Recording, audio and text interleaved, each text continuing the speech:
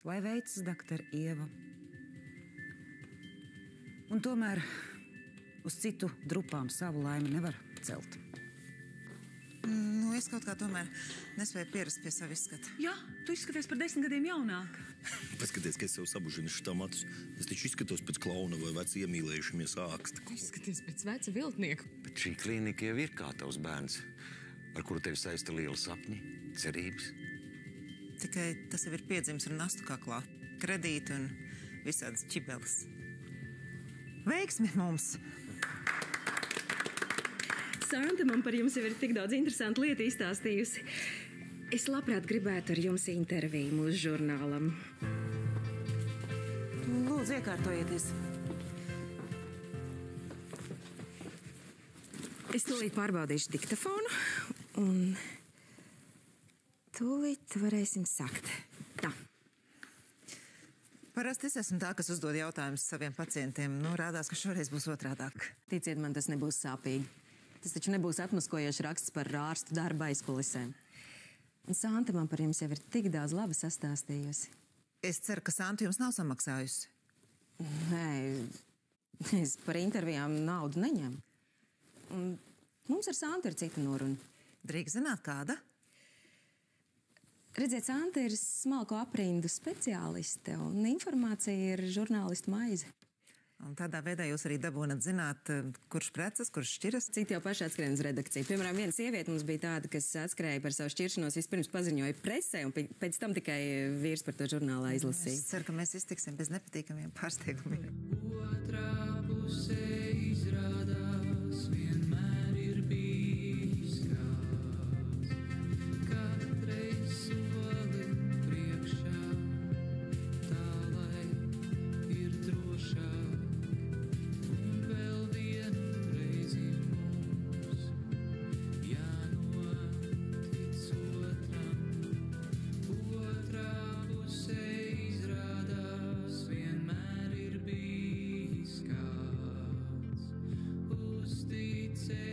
Nespējot mēs lēnām iztagām, vēl vienu reiz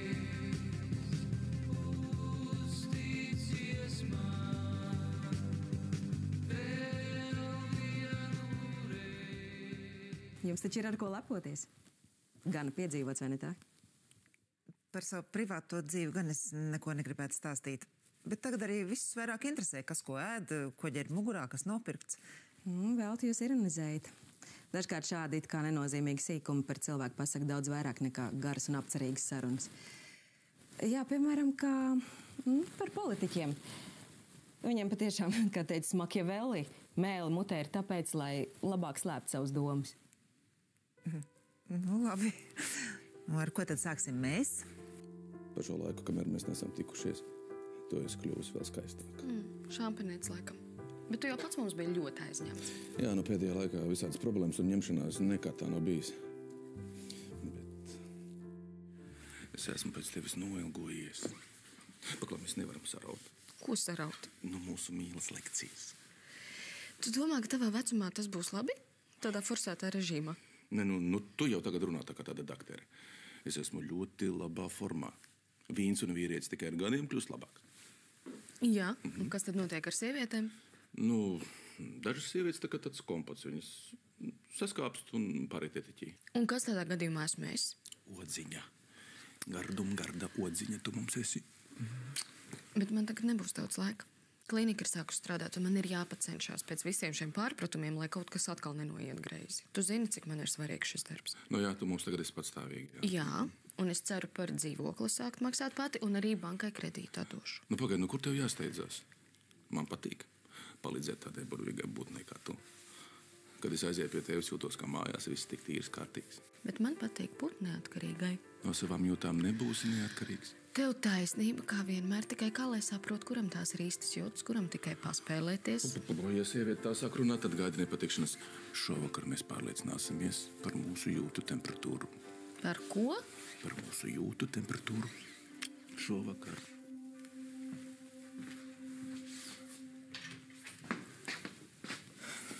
Laikam nokavēju sākumu.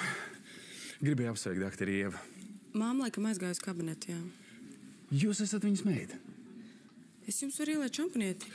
Nē, man kādu laiciņu nedrīkst. Man arī. Tad jums ir kaut kas kopīgs. Es ceru, ka ne. Te tāda laba atmosfēra. Kas jūs pamudināja uz savas klīnikas atvēršanu? Kas no malas raugoties ir visai neprātīgs solis? Man reiz bija viens ļoti slims pacients. Un viņš teica, ja vien viņš izveseļosies, tad viņu neviens neatturēs dzīvot tā, kā viņš patiešām vēlēsies. Un tad es domāju, vai tiešām ir jānotiek kādai nelaimei, lai mēs sāktu dzīvot tā, kā mēs vēlamies. Un sava prakse tas bija jūsu sapnis? Nu, ne tikai prakses dēļ. Es esmu daudz strādājusi dažādās medicīnas iestādēs, un es skaidri zinu, kā es gribētu, vai pareizāk sakot, kā es negribētu strādāt ar pacientiem. Medicīna ir visai dārgs prieks. Laikam jau tikai psihoterapeitam pietiek ar pāris krēsliem. Es laikam saprotu, ko jūs gribat zināt. Nē, aiz manis nestāv nekādas bagātas zāļu tirgotavas, un man arī nav sponsori. Es savu praksi atveru, ņemot kredītu. Man teica, ka šeit būšot arī skaistumkopšanas salons. Tas ir tikai kā papildus pakalpojums. Bet man patīk santas domas, skaistums caur veselību. Jo nav jau nekāda jēga seju barot ar dārgiem krēmiem, ja kuņģis ir čupā. Es atvainojos slims. Nu, tad jau labāk seju mēs varam nokrāsot ar grīdas krāsu. Un vai jūsu ģimene jūs atbalsta? Privāta biznesa bieži vien rada problēmas personiskajā dzīvē. Vai man ģimene atbalsta?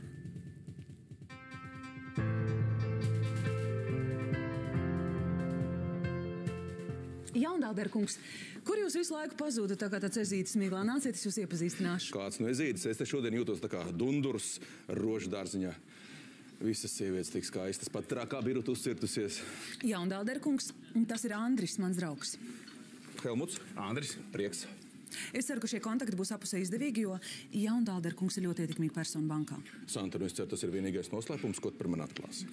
Sievietēm par katru no mums savus dosie galvā. Un jo blondāka galva, jo bīstamāka informācija tur glabājās. Manā blondajā galvā šobrīd glabājas informācija par jaunu internetu projektu. Man ir jauns koncepts, un es meklēju labus biznesa partnerus. Starp citu, man ir ideja, kā patukšot visiem makus. Viņi iecerēs mums abas pārdot. Tie nav nekādi joki. Man ir padomā reāls bizness. Santa, es no tās domas vienu nosvīdu. Joks. Labi, sazvanīsimies. Es jums jautāju, vai jūsu biznesa dēļ necietīs jūsu ģimene? Tas pašlaik ir ļoti tipiski. Pirmajā vietā karjera, un pēc tam pašas brīnās, kur vīrs, kur bērni. Es apzinos, ka man droši vien būs jāsaskaras ar dažām problēmām, bet nekas nav vienkārši un nekas nav neatrisināms. Man vecākā meita arī grib kļūt par ārsti, un bez tam man no mājas līdz darbam ir tikai tik, cik atvēr durvis. Bet ja jums tomēr nāktos izvēlēties, ģimene vai darbs, ko jūs izvēlētos?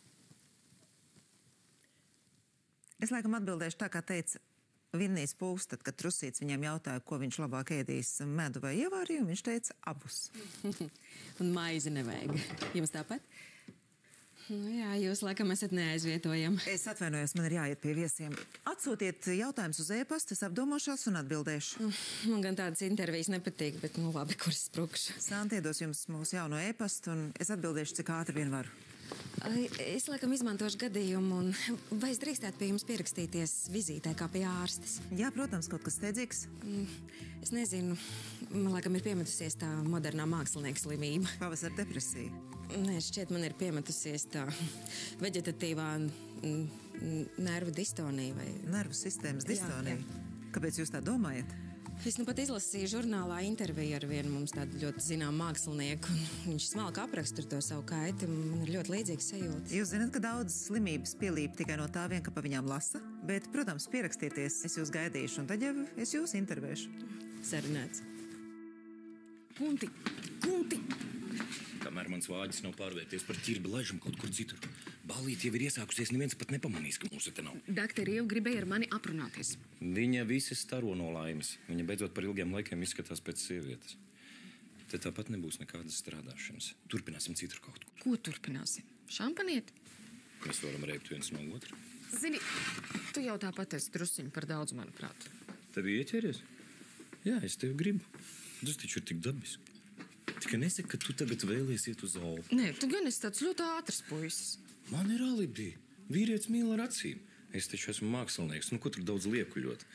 Ļaujies piedzīvojumiem, te dzīve padara krāšņāku. Kopš es esmu Rīgā, visu man dzīve par piedzīvojumu filmu pārvērtusies. Jūtos kā tāda filmas maska varona. Tavā priekšā stāv komiksa varonis. Varbūt es dabūšu Oskaru. Man bail, ka es ar lomu netikšu galā. Pameklē sev citu aktrisi. Bet mēs taču varam pamēģināt. Ja nu tu tomēr izrādies īstā. Braucam no šejienes. Te jau tāpat ir tāds bazars vaļā. Braucam pie tevis uz dzīvokli. Klusumā. Paklausies, man ir viena ļoti laba ideja. Nu? Vannas istabā vīna bāru. Nu, varēs tā sarunāt ar taviem puišiem. Protams, man viņi interesētu kā paša dēli. Par dēliem tagad nerunāsim. Tu Zani neredzēji? Tas gan ir viens foršs kuķis. Būt es jaunāks, es ar sīstu kantu. Redz, kur tu esi sarunājis smuku foto. Tikai nelauzies. Birutiņa bez šlīpses, nu. Nu, ka tikai galvu vietā. Un tā mani lūdzu no kreisās puses tās sievietes labāk izskatās un gaismu noregulē, lai krunkas neredz. Es no tehnikas arī kaut ko saprotu. Smaidi. Es nedomāju, ka tā ir laba doma braukt pie manis. Varbūt citreiz. Bet tagad tur ir bardaks. Es nepaspēju visu sakārtot. Kā saka, mirsim citreiz. Mēs tur visu sakārtosim, saliksim pa plaukciņiem. Ja vien tavā dzīvoklī jau kāda vecmāmiņa ar milzīgām ausīm un lieliem zobiem neguļ tavā gultiņā. Nē, es dzīvoju viena. Bet man šovakar jākonspektē. Ļoti labi. Mēs taču varam visu pārbaudīt praksē, gan tavus muskulīšus iztaustīt, gan rieviņas.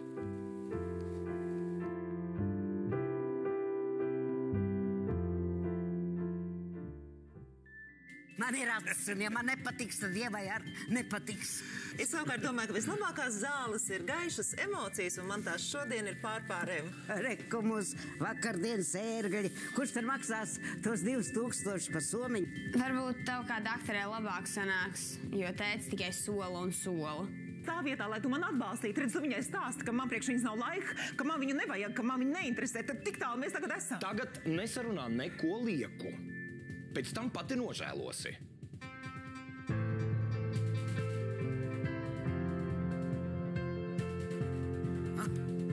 Cik te viss feini un Ieva laimīga.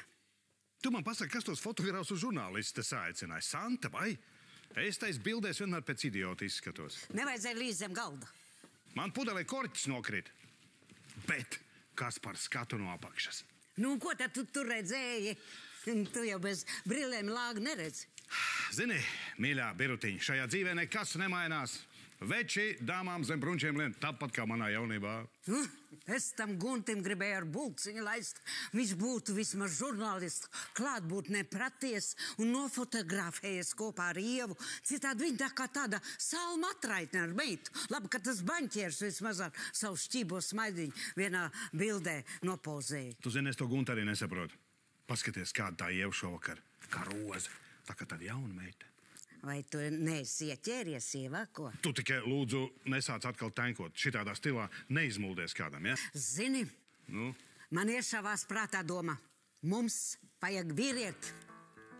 Svētā dievmāt. Varbūt, ka tev vajag, Birutiņ. Es iztikšu tāpat. Ja? Mums Ievai jāatrod štuceris. Kad tu iebrauc mežā? Ja Ievai vajadzēs štuceri, viņa pati atradīs. Nu, bet ja Guntis jutīs Ievas tūmā citu vīrieti, viņš tūlīt atskries atpakaļ. Varbūt, ka sanāk. Paklau, Biruti. Tev nav kaut kas stiprāks. Es šovakar skaidrā prātā nevaru padomāt, un šito zapcūdeni... Nu? Es gribētu uzsaukt tostu. Par dakteri Ievu, par lielisku dakteri un brīnišķīgu sievieti. Andri, tev nevajag atnest kaut ko no virtuves. Tev jau tagad jāskatās, ko tu ēd un dzer. Andri, es ļoti, ļoti priecājos, ka jūs atnācāt.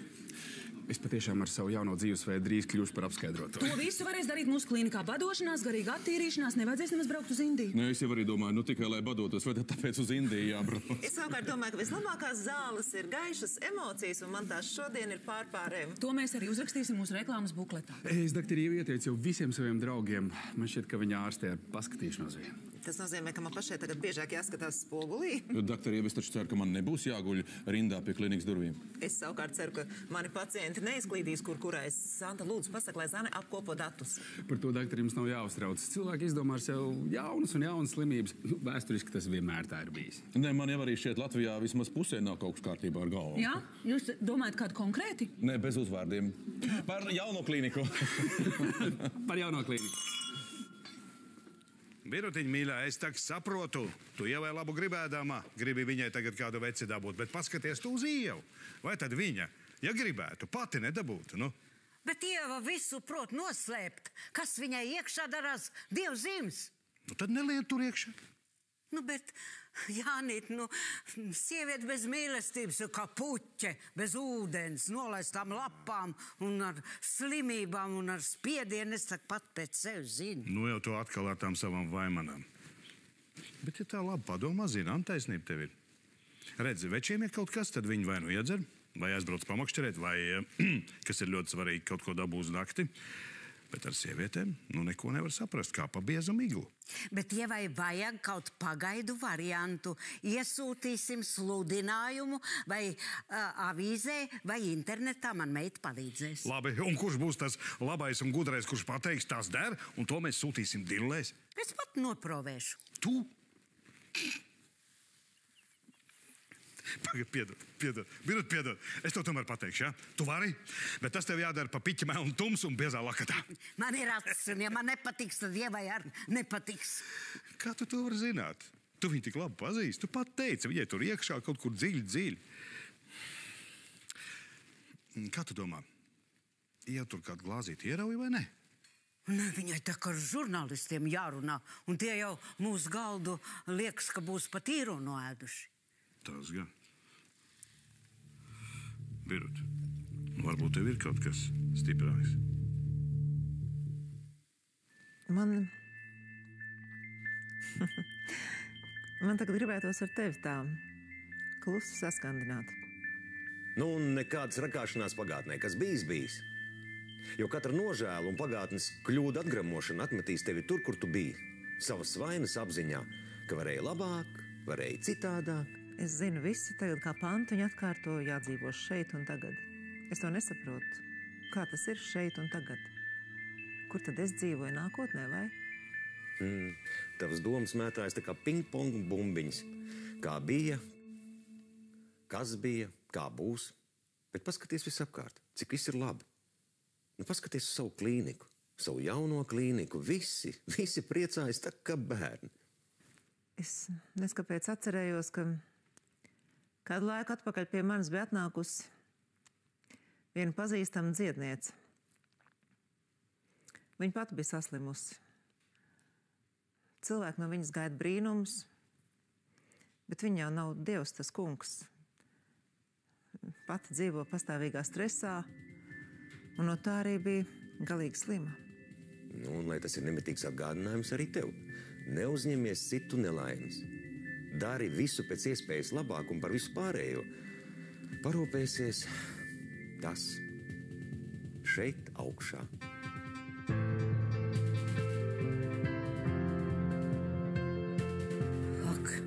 Jēziņ, šitie te trauku kalni un cilvēki vēl sūdzas, ka slikti dzīvojot. Es pagājušo gadu biju pie māsītes Jāņas svinēt. Tur nekāda māla poda, viss no plastmas apēdis ierugunī, tūlīt šķīvs iekšā, visi laimīgi. Māsītes teica, ka viņa visu mūžu ar trauklu pat nodzīvojas kopā un tagad vairs tā negrib. Ievai tāpat vajadzēja darīt. Nezinu. Man jau no plastmasas vispār negaršo. Visam plasmas garš, pat šņabiem. Nezinu, kā viņi vispār to plasmas ražo. Man vajag īstu dakšu, īstu nāzi, bļodu, kaut vai ieplaisājuši, bet riktīgi. Tagad jau viss no atkritumiem, pat gaisa atver logu un smird, nevis smaržo. Ko tu te šodien burkšķi, tagad tāda opozīcijas valdība dos asiešu? Es nezinu, laikam es esmu to To Santas jālo gaļu sēdusies par daudz, viņa ir kā trakus to svaigēšanu. Nu, man gan garšo, bet mans puisis šodien jātur tālāk. Tie meklē dakteru Ievu. Ko tas šie? Kur te viņi vakar bija? Esi iekūlušies kaut kādā blakus balītē, tepat netālu. Tur kaut kāds sabiedrības krējums. Bet šie pat aizsno pie galda Rosola stum ģīmī. Kamēr šie stum Rosola ģīmī apsardz pieskrien, bet viņi jau paspējuši vienai dāmītei somiņu saķēzīt par 2000. Iedomājies, cik tā maksā? 2000. Nu ko, dāmīt brēc, es skrienu palīgā, savējie jāpalīdz. Nu, tur gāja lembas vaļā, pēc tam pusnaktī ar konjaku mazgājām. To jau var just kā ar konjaku pa gabalu. Jā. Ieva, man tiešām jāpiesakās vizītē, lai es varētu ar tevi aprunāties. Tā nemaz nav slikta doma. Labi, ka jūs te abi esat. Jums ir jāizdomā, kurš no jums aizies uz skolu. Krista, kas tas par Toni? Un kas jums tur notiek tajā skolā? Varbūt tev kā dakterē labāk sanāks, jo tētis tikai sola un sola. Ko tu viņai atkal esi sasolījis? Un kas ar jums notiek? Nevis ar jums, bet ar mums. Kamēr tu celi savu sapņu klīniku, tikmēr es mēģinu glābt meitu. Es biju aizgājis uz skolu, un tur priekšā viena tāda pati apmāktā kā tu. Nekādas radošas pieejas, visu mēra ar vienu lineālu. Mācības paliek mācības, un ja vajadzēs, mēs abi viņai sēdēsim klāt. Bet es jau to skolotājai ir piedāvājies. Viņai saku, es apmaksāšu privātās stundas, uz ko viņa kā vārna izbalba acis un paziņo. Jūs ko gribat nopirkt atzīmes? Tieši tā. Tad tik tālu nu mēs esam. Tā vietā, lai bērnam palīdzētu mācībās, mēs ņemam un mēģinām piekukuļot skolotāju. Man jau viss vienalga, jūs tikai savā starpā strīdaties. Un es jums esmu vienaldzīga.